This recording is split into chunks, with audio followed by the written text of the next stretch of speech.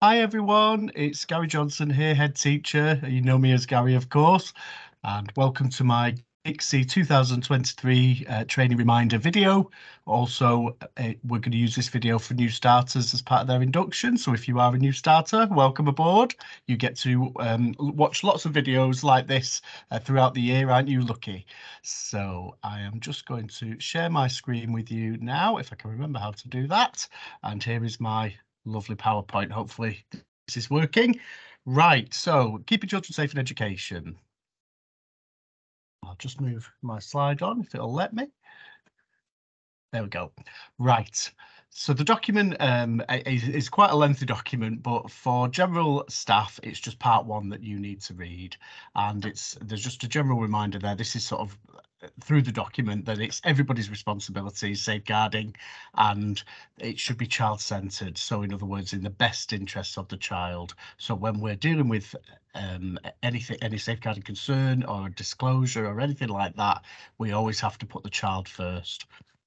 Okay, I've taken a picture of a poster there, but actually this poster's going to be out of date because Jodie Williams is joining us again after returning from maternity leave. However, I just wanted to remind you that I'm the designated safeguarding lead. I wear a black lanyard, and the deputy safeguarding leads, the DDSLs, are Helen, Tina, Jodie and Rachel. I've popped them on my list there. And we also have a designated safeguarding governor, Cheryl Govan. And part of her role is to come into school and check our procedures. And of course, Jane Pepper, our chair of governors, has overall responsibility for safeguarding. And also, if you were to have a concern about me as the head teacher, you would go directly to Jane. If there was a concern that you had with policies, or if you had a concern about the governance of school or anything like that, there is a whistleblowing policy on our server as well, which you would direct you how to report that concern. Okay, let's whiz to CPOM now. So, record of concern. As the designated safeguarding leads, we build up a picture of children when concerns are raised. So however small the concern is, you pop it on record of incident / concern, upper or lower school, depending on which year group the child's in. And we then use those little bits of information to build a whole picture for the child. And it might seem really small to you, but when you put it together as a jigsaw, sometimes it really helps. And also, if we are progressing through social care, or we're even having to go to court, which we do a lot behind the scenes, the information that you provide really helps us in providing our evidence bundle for the judge or for social services. You can't do anything wrong with CPOM. So whatever you put on there, if we feel that it's not relevant, or it's under the wrong category or anything like that, we can go in and edit it. So you just keep putting the concerns on as you do, and you're very, very good at it. You know the children better than anyone. You work with them day in, day out, and you know if there's something amiss, something different, or something that just makes their hairs on the back of your neck tingle, and you think, so just pop it on the CPOMs, and we can do the rest as our DSL in our DSL role. Safeguarding alert. Now, this one, again, you can put something on as a safeguarding alert. So this is a child is in danger, or you feel they've been injured. They might appear with a bruise, or they say something that just feels a bit strange. Maybe something that they disclose something about home.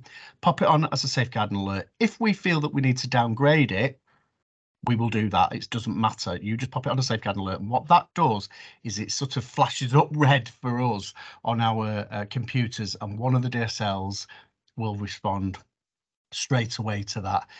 If you feel it's very serious, that there's a child's in immediate danger, you come straight to a DSL. Forget anything else, and you come straight to one of us in person and tell us what's going on, and we will respond as required. 4 types of abuse. We use pens to remember it. So children can suffer, or well, anyone can suffer from physical, emotional, neglect, or sexual abuse. Neglect is where the child's not having their needs met. So basic needs, food, clothing, shelter. Maybe parenting choices mean that the child is put at risk, or you feel that the child is unhappy, the mental health is suffering, anything like that. These are the categories that we use when we go through social care. There's quite a wordy slide here, but I'll just whiz through it. So child-on-child abuse can happen, of course, in school, out of school. Sainsbury's Park is a classic, or online, which we're increasingly finding. WhatsApp, we're finding that there's large groups of children within school, whole classes or whole, like majority of year groups are on a WhatsApp group, and name calling, and actually sharing of images, sexualized images has been apparent this year, and these are all things that are starting to come through, and we do take it very seriously. Of course we do. It's not banter, it's not about having a laugh, boys being boys. I mean, when I was back at school, there used to be a craze of boys pinging the girls' bra straps. It's not acceptable. It can be in a form of bullying, so several times on purpose. That can involve being online. It could be sexualized, physical upskirting, where we take the children. It tends to be a high school thing, but they photograph under the clothing, and then share that usually. KCSiE, you'll hear that bandied about, and it's within the document a lot. It's about children being exploited in a sexualized way, so they can be coerced into engaging in sexualized activity, or they can be coerced into sharing inappropriate images, videos, TikTok. And criminal exploitation, CCE, is where a child is coerced into criminal activity. Could be stealing from the corner shop, or it could be vandalism. It could be anything like that. That we found that there's been things in the park that have occurred where children have sort of in a gang. It's about that peer pressure, and they've carried out things that they shouldn't be doing. And then, of course, we've had to deal with that, and it's categorised as CCE. Just a reminder, the legal age for consent is 16, and so nobody under 16 can consent, even if they are engaging in it consensually, if you like. They can't legally consent. And children over the age of 16 can still be coerced into sexual activity against their will, or they feel that they are doing it because they're of the pressures around them. Children can suffer domestic abuse directly, but we've had increasing cases where children are witnessing domestic abuse. Not always violence. Sometimes it's emotional. Sometimes it's to do with depriving of things like money and things like that, and that has an impact on their mental health. So it's just being aware of the signs again, and sometimes those little things that you pop on as a record of concern build up a bigger picture of something that's been going on over time at home, which we as the DSLs will pick up on. I'll just move that because that's in front of the text. There's something in the document called, well, so-called, they say, honour-based abuse, which is the female mutilation, forced marriage, or where sometimes it's to do with sort of a cultural thing that goes against our rule of law in this country and people's basic human rights. And mental health can be an indicator that something's wrong. If we did suspect something honour-based, it would be direct to the police for us. We wouldn't go through any sort of other channel. We would just go direct to the police. And just move my slide on, sorry about that. It could happen here. This is the attitude that we must have, and it is increasingly happening here. Is it a case of early help? So we put in a 6-week action plan, involvement with the parents. We progress to trying to engage a family worker with the family. Is it that at that level, which is something that we do? We have quite a few children that do receive early help in our school. Is it something that we'll refer to social care, or is it straight to the police? So these are the sort of decisions that a DSL would make, just so you're aware of how we categorise. And when we go through social care, there's usually a strategy meeting, and it's decided at that meeting, the parents are not there, between the professionals, whether the child needs to go on a child protection plan, which is voluntary for the parents. They have to adhere to it. Everyone has actions on there. Child in need plan, which is voluntary to the parents, and again, everyone has actions on there, school included, of course. Or is it an early help plan, which is usually managed in school for the first 6 weeks? And we also have our otherwise vulnerable list, which is an internal list for school, which is where staff start to raise little concerns. They're not going to meet any threshold, but we're just keeping a close eye on them in terms of our CPOMs in school. So just so you're aware that we do have an otherwise vulnerable list. There's currently about 40 children on that list for your information. Reporting sexualised behaviour. We have a policy which I know you've read. It operates on a traffic light system. So for sexualised behaviour, is it a green behaviour, which we would say is age appropriate, maybe exploratory, part of normal development? If it's moving into amber, it's starting to get a little bit, is this appropriate? And then if it's red, of course, it's not appropriate. It's in the policy, but it's just how the DSLs would base their actions. And for you, it's just a case, as you do, and we've had some excellent examples of this on CPOMs that we've been able to act on because of you. You've stopped the behaviour, you've described it thoroughly. There's enough information in that CPOMs log to give us what we need to then know how to progress. And if we have gaps in the information, we'll come and ask you anyway. It's good that you've started to point out the impact on others. So you are assessing the situation, and in your opinion, this is how the impact has been on maybe the victim, maybe on the perpetrator, maybe on witnesses. You always remind the children of our behaviour policy. That comes through in everything. And excuse me, we've also had where you've considered that medical attention is required. It could be just in our use of first aiders in school, but we have had cases where we have referred for medicals where the children's social care actually come and take the children to hospital for a medical. We have had that. Always report to the DSL via CPOMs, but if it's serious, you can come straight to us, of course. And you do include the responses of the children in their own words. You don't put words in the mouth. Don't give them leading questions.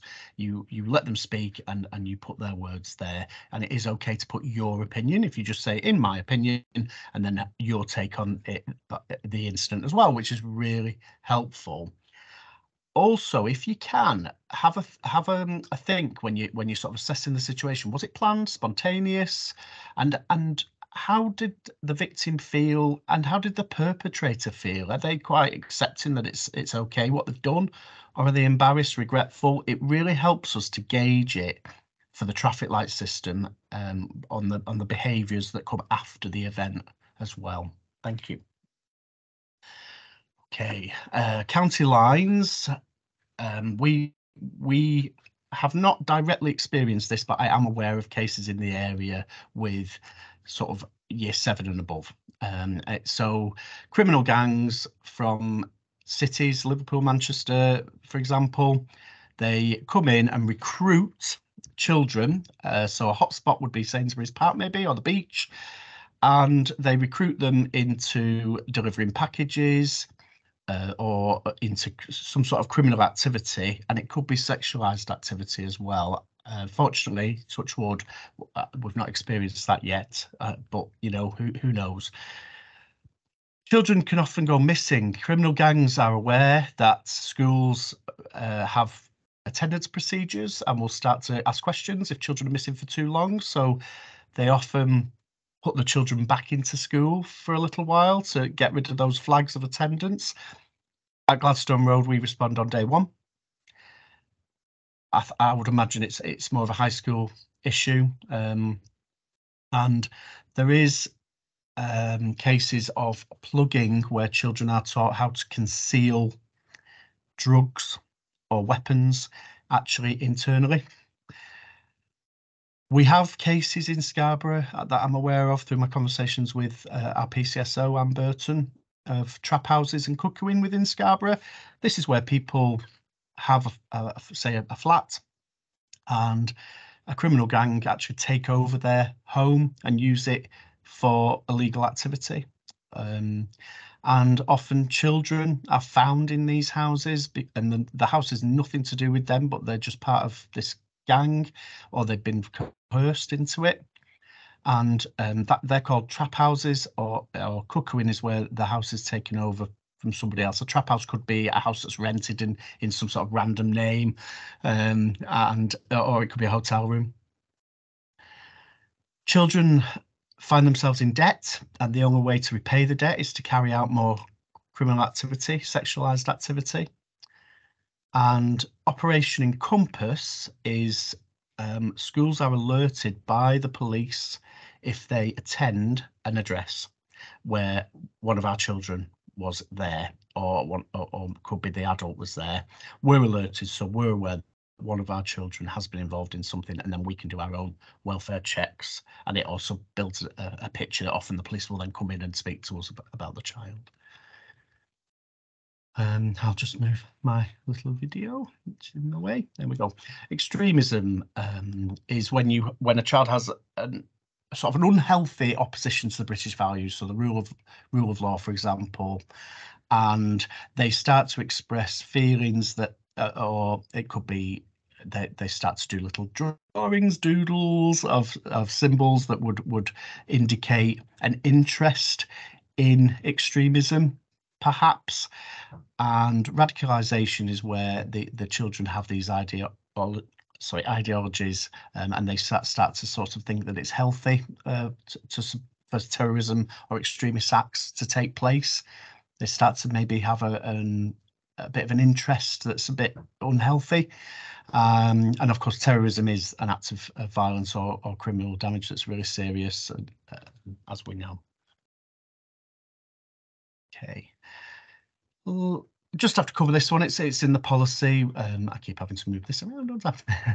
We have a code of conduct, which I know you've all read. It's part of our induction as well. But if you are worried about a member of staff, in the KCSiE document, it's called a low-level concern. You just come to me, or you pop it on CPOMs under general. This isn't about you judging or grassing up a member of staff. It's just that if you see something, hear something that you think, ooh, that was a bit, that's made me feel a bit uncomfortable. It's just about that. And it's very important that you do report that to me. I often don't do anything with it. It's just something that I then have on record, and I can bear in mind.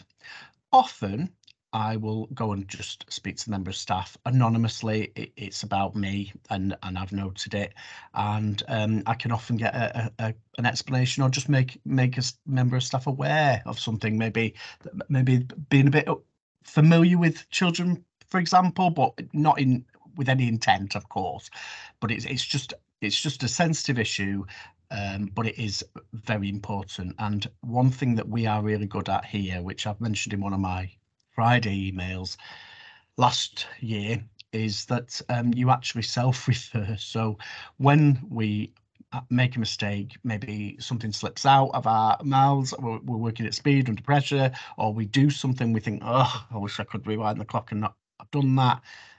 I have staff come to me and raise that themselves, and my first priority is to bubble wrap you as a member of my team, and make sure that the worry then becomes my worry and goes away, and I can fix it for you.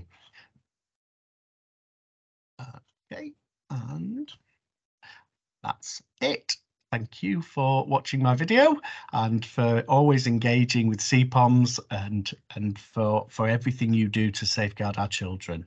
I do really appreciate it. I'm going to stop sharing now so I can give you a wave. So thank you very much, and have a good day.